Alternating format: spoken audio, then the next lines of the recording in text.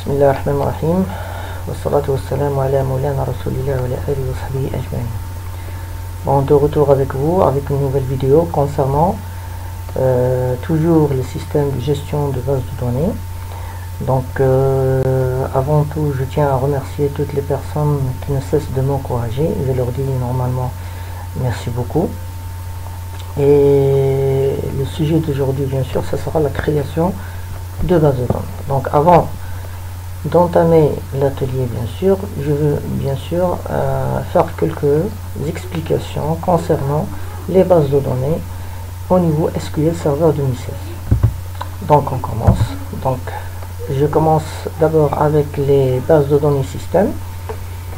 Donc il faut savoir, lors de l'installation de SQL Server 2016, il y a des bases de données qui sont créées par défaut en nombre de 5. Donc la première base de données, bien sûr, c'est une base de données système, bien sûr, ça s'appelle normalement master. Donc deuxième base de données, c'est la base de données modèle.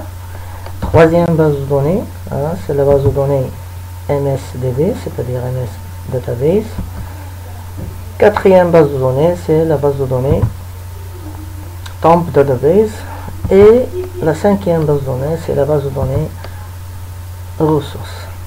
Donc on commence par la base de données master. Donc la base de données master, c'est une base de données système dans laquelle vous trouverez toutes les informations concernant le système SQL Server, ainsi que des informations concernant toutes les bases de données que vous avez créées, bien sûr, en tant qu'utilisateur ou bien en tant qu'administrateur.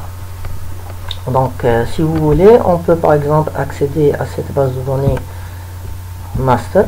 Donc voilà, je me suis situé au niveau de la base de données master. Donc on peut afficher certaines informations, par exemple select, étoile, from, donc des bases de données, des tables système. On va extraire des données à partir des bases de données système. Donc si vous voulez par exemple savoir tous les bases de données que vous avez sur votre serveur SQL, bien sûr, donc vous faites tout simplement select, étoile, from 6.database. Voilà, donc j'ai fait une erreur normalement ici, donc database, voilà. Alors, donc si vous faites F5 pour l'exécution, bien sûr, vous trouverez bien sûr toutes les bases de données de votre serveur. Donc il y a la base de données master, la base de données Temp Database, modèle, une base de données test qu'on a créée la dernière fois, une base de données bien sûr Adventure Works. Donc également vous pouvez savoir également quels sont les serveurs, bien sûr, ou bien le nom de serveur de votre le nom de la machine de votre serveur SQL. Donc on peut écrire par exemple select étoile from 6.servers. Voilà, vous faites F5 encore une fois. Donc voilà, notre serveur s'appelle bien sûr SQL Server. Donc ça c'est la base de données master. Il faut savoir bien sûr si s'il y a un problème au niveau de la base de données master, vous ne pouvez pas bien sûr démarrer votre système de gestion de base de données, à savoir SQL Server 2016. Donc revenons à notre diapositive. Donc ça c'est la base de données master. Mais parlons maintenant de la base de données modèle. Donc la base de données modèle, ça constitue normalement un modèle pour toute nouvelle base de données créée par l'administrateur. Donc on peut dire normalement que la base de données modèle, c'est comme un prototype pour les nouvelles bases de données. Donc on va voir ça normalement au niveau de notre système de gestion de base de données. Regardez ici. Donc je vais accéder par exemple à la base de données modèle. Regardez, voilà. Donc je vais créer quelque chose dans cette base de données. Donc par exemple, je vais créer une table rapidement. Voilà, créer table par exemple. Je vais l'appeler par exemple modèle 1. Voilà. Donc j'ouvre la parenthèse et on va faire un seul champ, bien sûr. Champ par exemple 1. Donc on va déterminer un certain type de données et on ferme. Donc c'est tout. Donc c'est juste un test normalement. Donc on va exécuter cette requête, bien sûr. Donc maintenant au niveau de la base de données modèle, regardez. Donc au niveau des tables, bien sûr, vous trouverez bien sûr qu'on a créé une table modèle 1. Donc toute création de base de données après par l'utilisateur, bien sûr, par l'administrateur, donc elle va prendre normalement comme prototype la base de données modèle.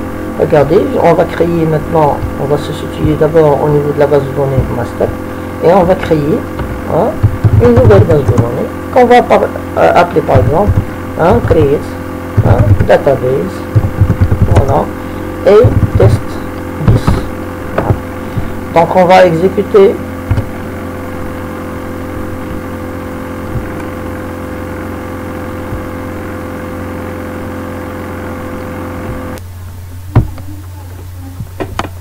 donc on exécute cette requête, voilà, donc voilà, c'est déjà créé. Donc on va actualiser au niveau de base de données pour que la base de données soit affichée sur votre explorateur d'objets.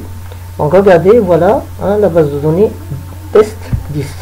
Donc au niveau des tables, bien sûr, regardez qu'est-ce que vous allez trouver normalement. Donc on trouve normalement modèle 1, c'est-à-dire que cette base de données, lorsqu'on a créé cette base de données, il a pris normalement comme modèle la base de données modèle. Donc c'est une base de données système, bien sûr. Donc en résumé, si vous voulez dire, normalement la base de données modèle constitue un prototype pour toute nouvelle base de données. Donc on continue toujours avec notre diapositive. Voilà. Donc maintenant c'est la base de données MS Database.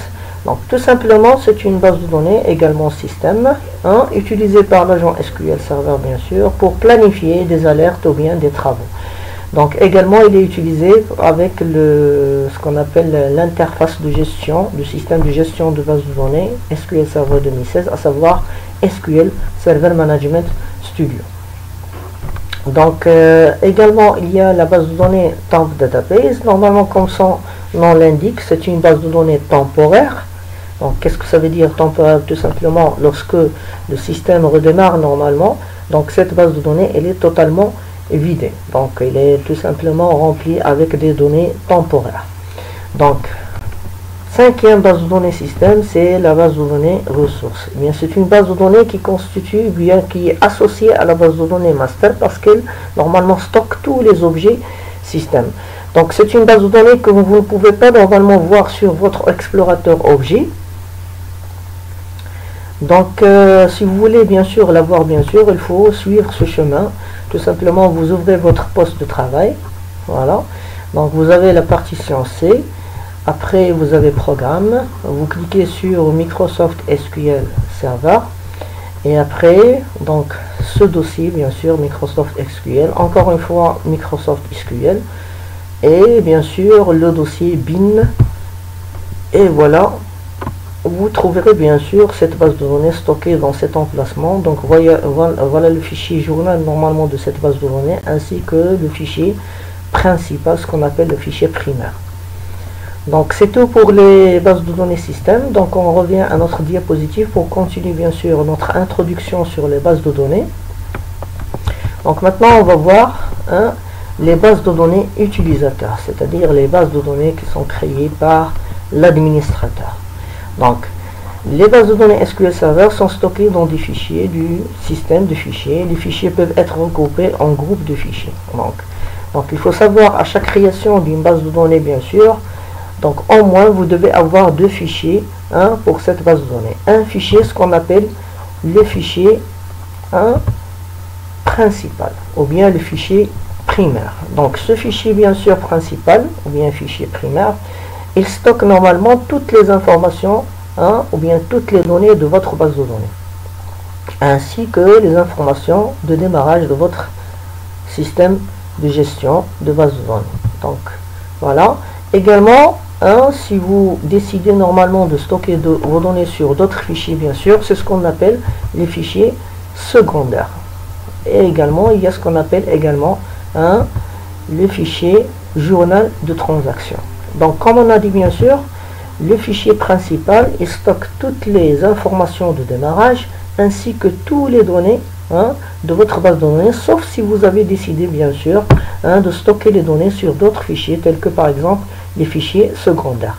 Donc les fichiers secondaires, bien sûr, il faut savoir les fichiers facultatifs, c'est-à-dire c'est pas obligatoire, c'est optionnel bien sûr, mais ils sont utilisés pour objectif bien sûr de répartir vos données sur plusieurs disques. Donc répartir vos données sur plusieurs disques. Donc ça vous permet bien sûr d'augmenter les performances de stockage des données. Le fichier journal de transaction, bien sûr, et bien tout simplement le fichier de journal de transaction, c'est un fichier qui vous permettra bien sûr de récupérer les données à chaque fois que vous aurez un incident au niveau de votre base de données ou bien une défaillance à un moment donné. Donc tous ces fichiers que vous voyez pour l'instant, donc ils sont identifiés par une extension. Donc le fichier principal, son extension c'est .mdf. Le fichier secondaire, si vous avez décidé bien sûr de stocker les données sur des fichiers secondaires, ça sera bien sûr le .mdf. Et le journal de transaction, il a également une extension, ce qu'on appelle un .ldf. Donc, autre chose concernant les bases de données utilisateurs, donc c'est ce qu'on appelle les groupes de fichiers, ou bien si vous voulez on peut d'abord parler des caractéristiques des fichiers, ce qu'on a vu pour l'instant. Donc parmi les caractéristiques de fichiers, bien sûr il y a ce qu'on appelle le nom logique. Donc le nom logique, ça vous permet bien sûr d'identifier d'une manière unique votre fichier de base de données. Donc et il y a également ce qu'on appelle la taille. Donc la taille, bien sûr, vous devez normalement déterminer la taille de votre fichier, mais à chaque fois que votre fichier bien sûr arrive à sa fin ou bien il est saturé bien sûr, donc vous pouvez déterminer également une valeur d'incrémentation bien sûr, de façon à ce que à chaque fois que votre fichier normalement arrive à sa fin, normalement il va s'incrémenter automatiquement bien sûr. Donc vous pouvez également déterminer normalement une taille maximale pour votre fichier. Mais en l'absence de cette taille maximale, bien sûr, le fichier continue à s'incrémenter automatiquement jusqu'à la rupture, jusqu'à normalement la saturation de votre disque. Donc voilà. Également, il y a ce qu'on appelle le nom physique de votre fichier. Mais tout simplement, c'est l'emplacement physique où se situe bien sûr votre fichier. Voilà. Donc ce sont les caractéristiques bien sûr des fichiers, et lors de la création de la base de données on va spécifier bien sûr toutes ces caractéristiques au moment de la création de cette base de données. Donc voilà, donc il nous reste bien sûr de parler du groupe de fichiers. Donc chaque base de données bien sûr à son départ bien sûr elle est dotée d'un groupe de fichiers, ce qu'on appelle le groupe de fichiers primaire. Donc c'est un groupe par défaut, qui est créé par défaut, qui constitue bien sûr, ou bien qui contient tous les fichiers de votre base de données, y compris le fichier primaire. Donc sauf si vous avez décidé bien sûr de créer d'autres groupes de fichiers, ce qu'on appelle des groupes de fichiers secondaires. Voilà. Donc, si vous décidez bien sûr de créer un groupe de fichiers secondaires, eh bien dans ce cas-là bien sûr, vous allez tout simplement regrouper un certain nombre de fichiers dans ce groupe. Et quel est l'objectif bien sûr? Bien tout simplement pour associer certaines tables à ce fichier, et pour bien sûr les données bien sûr seront réparties sur tous les fichiers bien sûr d'une manière proportionnelle. Donc regardez ici, on a trois fichiers. Donc les trois fichiers bien sûr sont regroupés dans un seul groupe de fichiers qu'on a appelé ici par exemple file group 1. Et bien sûr lors de la création d'une table on peut l'associer à ce groupe de fichiers. Donc quel est l'objectif ici? Eh bien c'est toujours d'améliorer les performances et plus précisément la vitesse de transfert de données.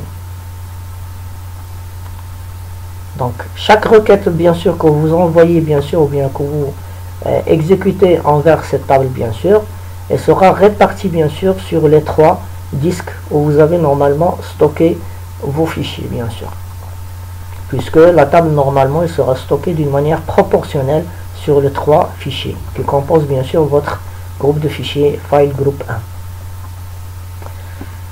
1. Bon, maintenant on va passer à ce qu'on appelle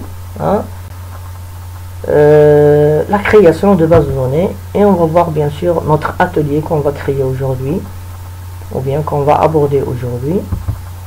Donc ici bien sûr ce que j'ai affiché pour l'instant c'est la base de données qu'on va créer. Bien sûr on ne va pas créer les tables aujourd'hui, Donc les tables, ça sera la création de tables, ça sera pour la vidéo prochaine.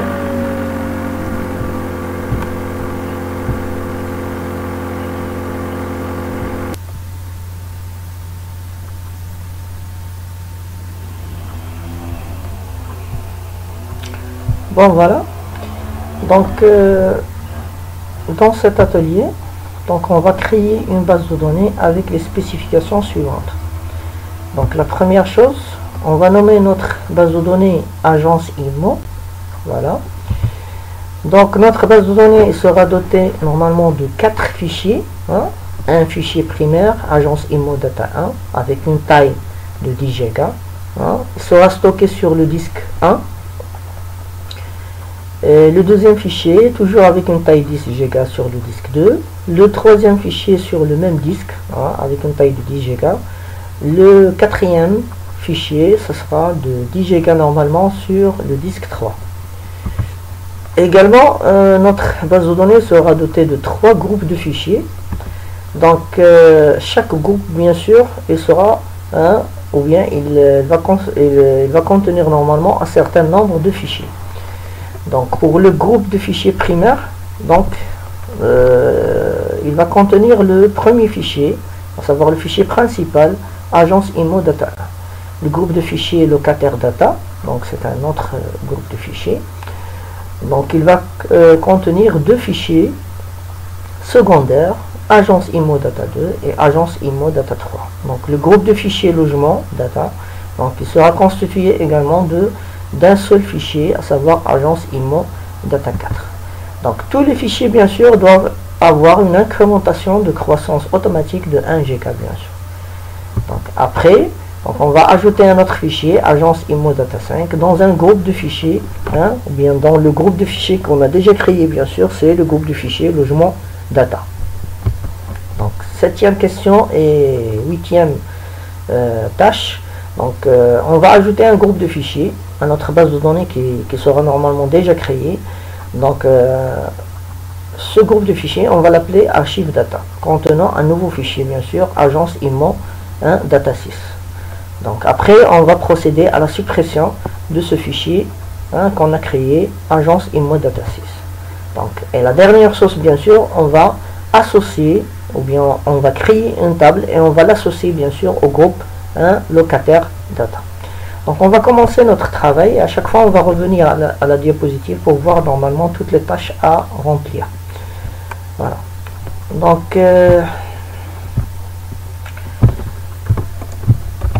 voilà, j'accède à mon serveur SQL. Voilà. Donc ici on va commencer notre travail. Donc il faut savoir normalement que j'ai déjà si vous voulez 3 disques ajoutés au niveau de ma machine virtuelle. Donc le premier, donc si vous voulez, on va accéder à gestion de l'ordinateur. Voilà. Et gestion des disques.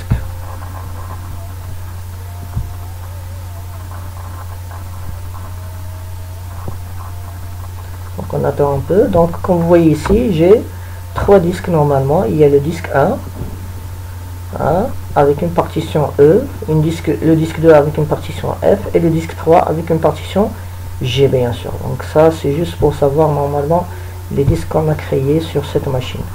Donc on commence notre travail, c'est-à-dire on va commencer à créer la base de données. Donc il faut se situer toujours normalement au niveau de la base de données système, à savoir la base de données master. Donc on commence la création, c'est create database. Et bien sûr, notre base de données, ce sera agence IMO. Voilà. Donc après, on va faire on primary, c'est-à-dire dans le groupe primaire, on va créer notre premier fichier primaire. Donc premièrement, le nom logique. Donc on revient à notre diapositive. Voilà. Donc le premier pardon, le premier fichier c'est agence IMO data 1. Donc c'est agence IMO data. Donc je vais l'écrire agence, voilà, donc IMO, voilà, data. Voilà. Ça c'est le nom du fichier logique. Maintenant l'emplacement physique ou bien le nom physique. Donc on va écrire file name. Voilà. Et on va spécifier bien sûr l'emplacement de ce fichier. Alors, regardez au niveau de la diapositive, bien de l'agence IMO Data 1. Donc il est doté de 10 Go. Il va être placé dans la partition E qui se trouve normalement dans le disque 1, dans le dossier ou bien le répertoire data. Voilà. Donc on va commencer par un code ici. Voilà. Donc on va faire la partition E. Donc dans le répertoire data, voilà, et exactement on va nommer notre fichier agence IMO, donc data 1, et on n'oublie pas bien sûr l'extension d'un fichier primaire, c'est .mdf. Voilà, donc virgule, ça c'est le file name. Maintenant on va voir normalement la taille. La taille normalement on a dit de 10 GB. Voilà. Après l'incrémentation c'est file growth. Voilà. File growth normalement égale à 1 Go comme on a spécifié bien sûr au niveau de l'énoncé de l'exercice. Donc on ferme la parenthèse. Donc on a créé le fichier primaire. Maintenant, ou bien le groupe de fichiers primaires dans lequel on a stocké un fichier principal. Donc maintenant on va créer les groupes de fichiers secondaires. Donc file group, et on commence par le premier groupe. Donc le premier groupe bien sûr s'appelle groupe de fichiers locataire data. Donc dans ce locataire data on va stocker normalement deux fichiers, data 2 et data 3. Voilà. Donc file group, voilà, locataire, donc locataire, voilà, data. Voilà, on ouvre la parenthèse et on stocke le premier fichier. Donc le deuxième fichier bien sûr c'est agence IMO data 2. Voilà, ça c'est le nom logique. Donc virgule, le nom physique de ce fichier, file name égale, donc ce fichier bien sûr, si vous voulez, on peut revenir à la diapositive. Donc il va être stocké dans la partition F qui se trouve dans le disque 2 et plus précisément dans un répertoire qui s'appelle également data. Donc la partition F, donc on va faire F de point, un anti-slash bien sûr, donc le répertoire data, et on va appeler notre fichier agence, toujours IMO, data 2. On n'oublie pas bien sûr l'extension, ici c'est un fichier secondaire, donc on va faire MDF.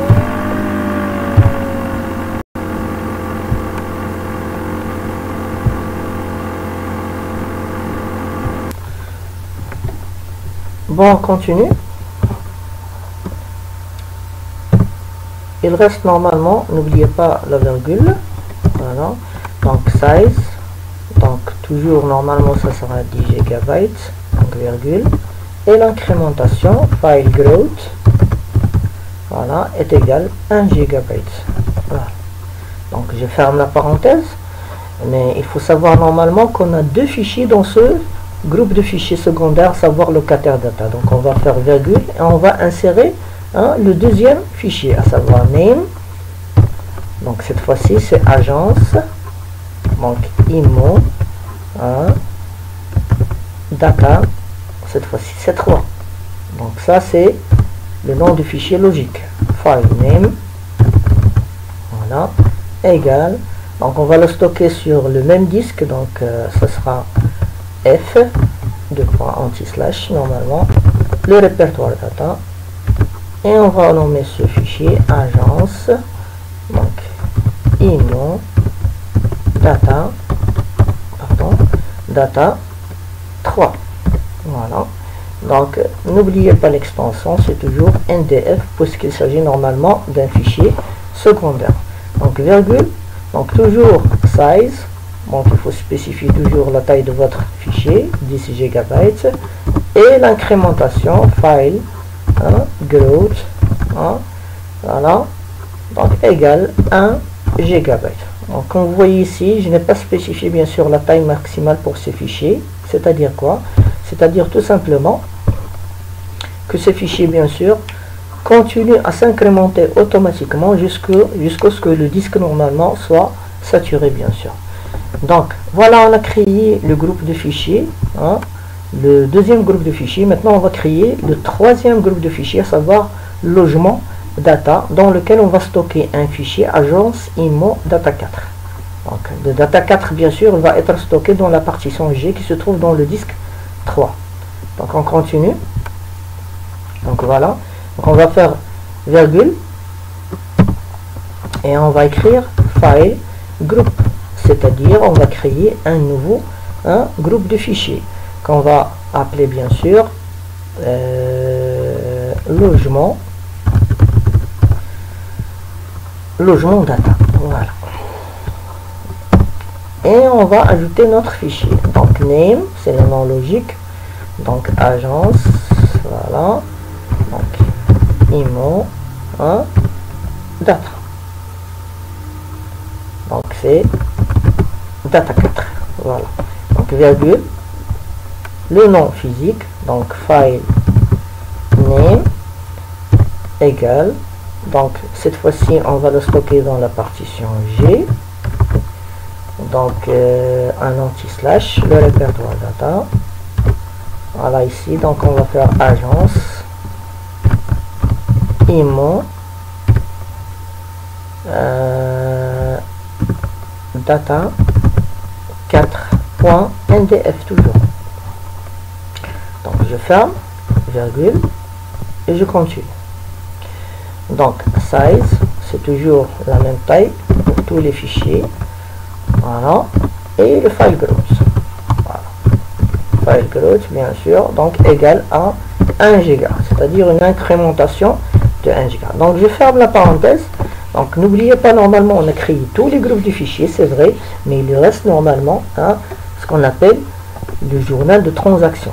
Il ne faut pas oublier normalement le fichier de journal de transaction qui va vous servir bien sûr à la récupération des données lorsque vous aurez un incident ou bien une défaillance à un moment donné. Donc comment on va le créer? Donc vous faites log on, voilà, et on va faire ouvrir la parenthèse. Donc on va faire name, donc ça c'est le nom logique, agence, donc IMO log, voilà, et le file name, c'est-à-dire le nom physique. Donc on va faire, donc si vous voulez on peut le stocker sur le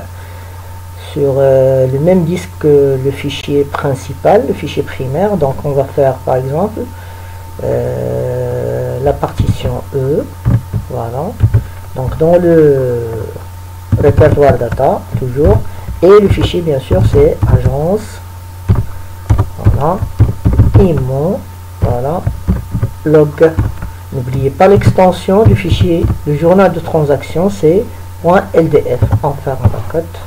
Voilà, donc size, donc pour le fichier du journal de transaction on va choisir par exemple 4 GB, voilà, et on va spécifier si vous voulez max size, c'est-à-dire la taille maximale de ce fichier, max size par exemple. Donc on va faire par exemple 6 GB, voilà, et le file growth également. Donc on va déterminer par exemple 1 GB, voilà. Ou bien si vous voulez on peut faire en mégabytes, 512 mégabytes bien sûr, et on ferme. Voilà, donc pour l'instant on a créé tous les fichiers nécessaires, on a créé notre base de données. Donc il nous reste bien sûr d'exécuter tout cela bien sûr. Donc toute cette requête qu'on a créée pour l'instant, à savoir la requête de création d'une base de données. Donc il y a quelque chose qui cloche ici, donc utilisation non valide de l'option file growth dans l'instruction create database. Voilà, donc il y a quelque chose qui cloche au niveau de la requête. Donc c'est au niveau de la ligne numéro 20. Donc voilà, 1, 2, 3, 4, 5, 6, 7, 8, 9, 10, 11, 12, 13, 14, 15, 16, 17, 18, 19 et 20. Donc voilà, ici, voilà, il nous reste normalement on doit faire, non c'est pas virgule, donc on va exécuter encore une fois pour voir s'il y a une erreur. Donc toujours il y a une erreur, donc file, voilà, on regarde, donc ici c'est pas le cas d'une virgule, donc l'erreur ici c'est qu'il manque normalement la lettre R ici normalement. Donc on va exécuter encore une fois. Voilà, je crois que ça va marcher pour l'instant. Donc on attend un peu que l'exécution soit effectuée correctement. Donc ça prend un peu du temps. Donc en attendant, quel est le travail qui nous reste bien sûr? Il nous reste bien sûr d'ajouter un fichier à cette base de données qu'on a créée, à savoir le fichier agence IMO Data 5 dans un nouveau groupe de fichiers. Non, c'est pas un nouveau groupe de fichiers, donc dans un groupe de fichiers qu'on a déjà créé au début. Donc je vais voir encore une fois. Donc toujours on attend l'exécution de cette requête. Donc je vais actualiser ici, voilà, bouton droit, donc j'actualise.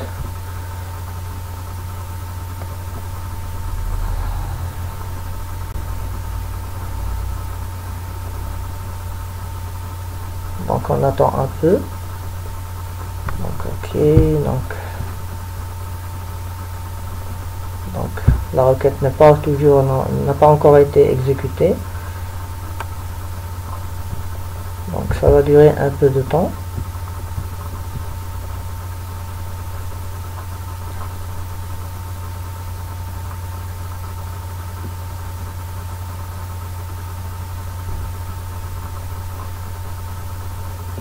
Donc j'ai dit normalement qu'on va ajouter un fichier. Après on va créer un nouveau groupe de fichiers dans cette base de données qu'on a créé, à savoir archive data, avec un fichier à l'intérieur qui s'appelle agence IMO Data 6. Donc après on va procéder à la suppression de ce dernier, c'est-à-dire le dernier fichier créé, et dernièrement on va créer la table individu, tout en associant cette table au groupe locataire data. Donc ça prend du temps.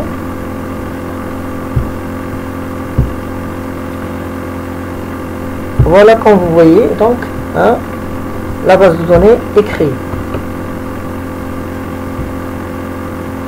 Voilà notre base de données agence IMO.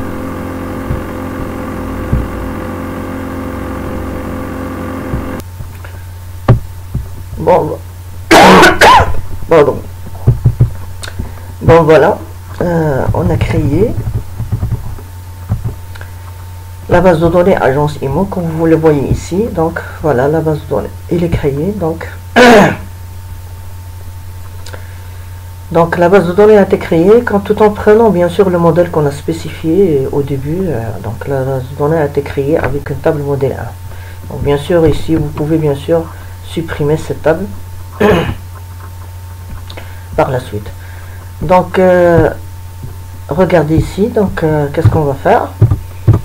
Donc on va passer à la question qui suit, à savoir l'ajout d'un fichier agence IMO Data 5 sur le groupe de fichiers logement data. Donc on va faire ça. Donc qu'est-ce qu'on va faire? Donc cette fois-ci c'est une modification de la base de données, donc on va utiliser l'instruction alter, donc database, voilà, database. Donc le nom de la base de données qu'on va modifier, c'est agence IMO, voilà. Donc qu'est-ce qu'on va faire? On va ajouter un fichier, donc c'est add file, et on va spécifier le nom de ce fichier, donc le nom logique, donc agence, donc IMO, donc data 5, voilà, donc c'est le nom logique. Maintenant le nom physique c'est file name, donc égal, donc on va la stocker sur l'un des disques bien sûr, donc par exemple au niveau de E, ou bien si vous voulez, il faut voir le groupe de fichiers logement, ça concerne le data 4, donc on va le stocker dans la partition G, donc G anti-slash le répertoire data et le nom du fichier, voilà, c'est agence IMO data 5, voilà. N'oubliez pas l'extension toujours, c'est .ndf puisqu'il s'agit normalement d'un fichier secondaire. Size égal, donc on va choisir toujours 10 GB, voilà. Donc si vous voulez encore une fois le file growth, voilà, donc file growth bien sûr égale à 1 GB, voilà. Donc je ferme la parenthèse. Donc comme ça je vais ajouter bien sûr un fichier dans cette base de données dans le groupe. Donc on a oublié quelque chose, donc to file group, voilà, to file group, logement data, voilà, logement data, c'est à dire que le fichier va être créé dans le groupe de fichiers logement data. Donc on va exécuter cette requête, voilà, commande réussie. Donc si vous voulez voir ça normalement au niveau de votre interface graphique, vous faites bouton droit sur la base de données, donc propriété, voilà. Au niveau des fichiers, vous aurez ici la totalité des fichiers qu'on a créés. Regardez, data 1, data 2, data 3, data 4 et data 5. Si vous voulez voir les groupes de fichiers, vous cliquez sur groupe de fichiers, donc vous avez deux groupes de fichiers, locataire data avec deux fichiers et logement data avec deux fichiers également, et le groupe primary, c'est-à-dire le groupe de fichiers primaire, c'est un fichier. Donc ok, donc on annule. Voilà, on continue notre exercice. Voilà. Donc maintenant on va ajouter un groupe de fichiers cette fois-ci, donc qu'on va nommer par exemple archive data, donc contenant un nouveau fichier agence IMO data 6. Donc on va faire ça. Donc toujours ce sera une modification dans la base de données, donc alter database, voilà, database, voilà, donc agence IMO, et cette fois-ci add file group. Le nom du fichier c'est archive data. Donc le fichier qu'on va créer à l'intérieur c'est agence IMO, voilà, data 6 cette fois-ci. Donc on va faire virgule, donc c'est file name égale encore une fois, donc file name, donc on va le stocker dans G toujours, voilà, G slash, donc data, voilà, agence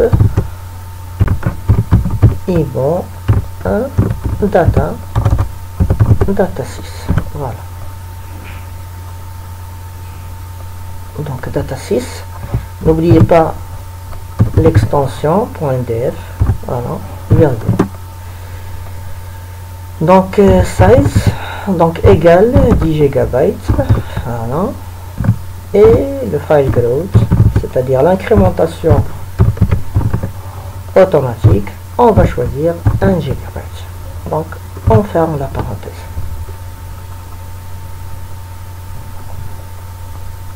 Donc je crois ici qu'on doit supprimer add.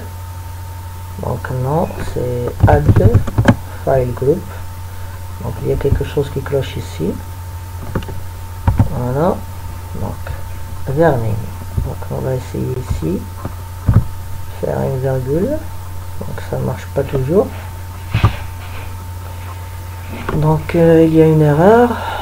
Donc il faut voir cette erreur où se trouve. Donc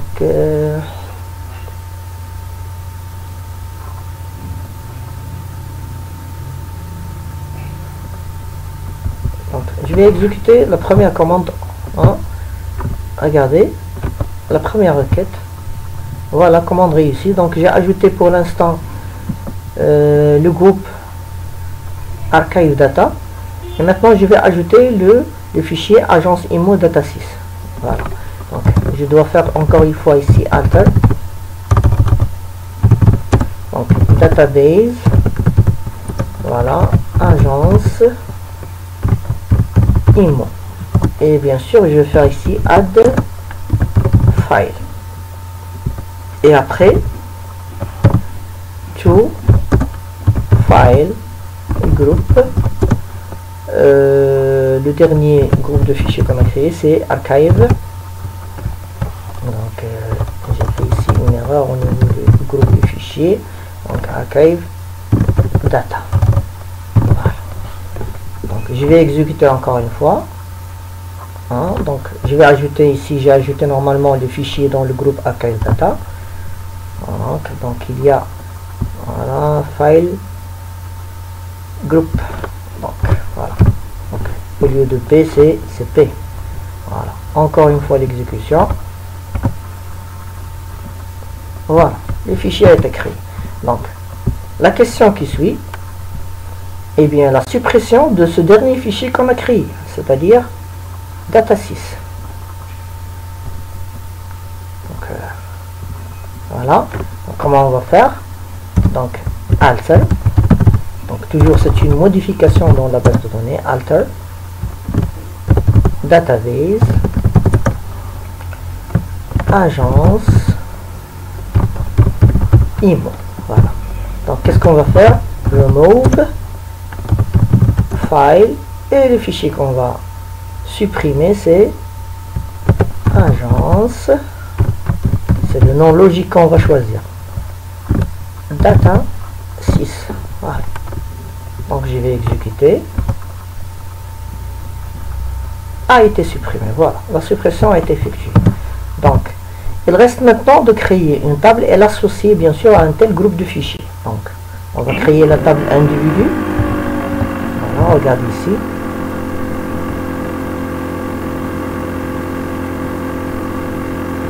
Donc, je vais arrêter la vidéo parce que il y a un bruit au niveau de l'ordinateur.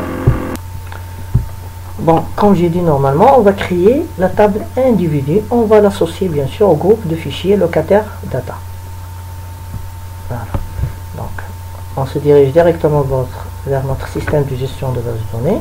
Donc qu'est-ce qu'on va faire? Create table. Donc la table s'appelle bien sûr individu. Bien sûr je vais revenir à la création de table dans la prochaine vidéo. Donc numéro 1, identité. Ça c'est le premier champ. On va le déclarer avec un type de données int en tant que clé primaire, primary key. Voilà. Donc le nom, voilà, avec un type de données par exemple varchar 30. Hein, le prénom avec un type de données varchar 30 également. Le numéro de téléphone. Voilà, int par exemple, integer.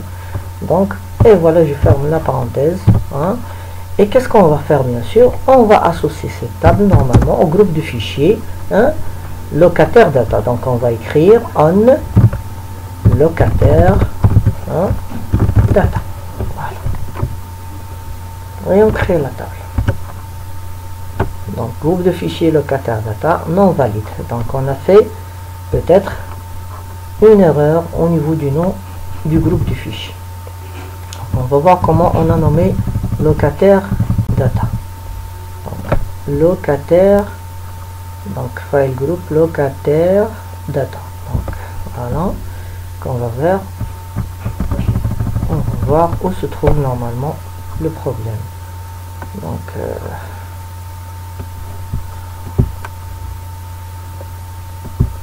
je crois. Bon voilà, on a fait une erreur ici. Il faut se situer, au lieu de se situer au niveau de la base de données master, il faut se déplacer bien sûr vers la base de données agence IMO. C'est pourquoi il nous dit normalement que le groupe de fichiers locataire data non valide, parce qu'il n'existe pas dans la base de données master, mais il existe dans la base de données agence IMO. Donc maintenant, lorsqu'on va exécuter, eh bien ça va marcher. Donc voilà, on a créé la table individu associé au groupe de fichiers locataire data. Donc je crois qu'on a terminé bien sûr l'atelier. Donc je vous remercie pour votre attention et je vous souhaite bonne chance et à la prochaine, Inch'Allah. Merci beaucoup.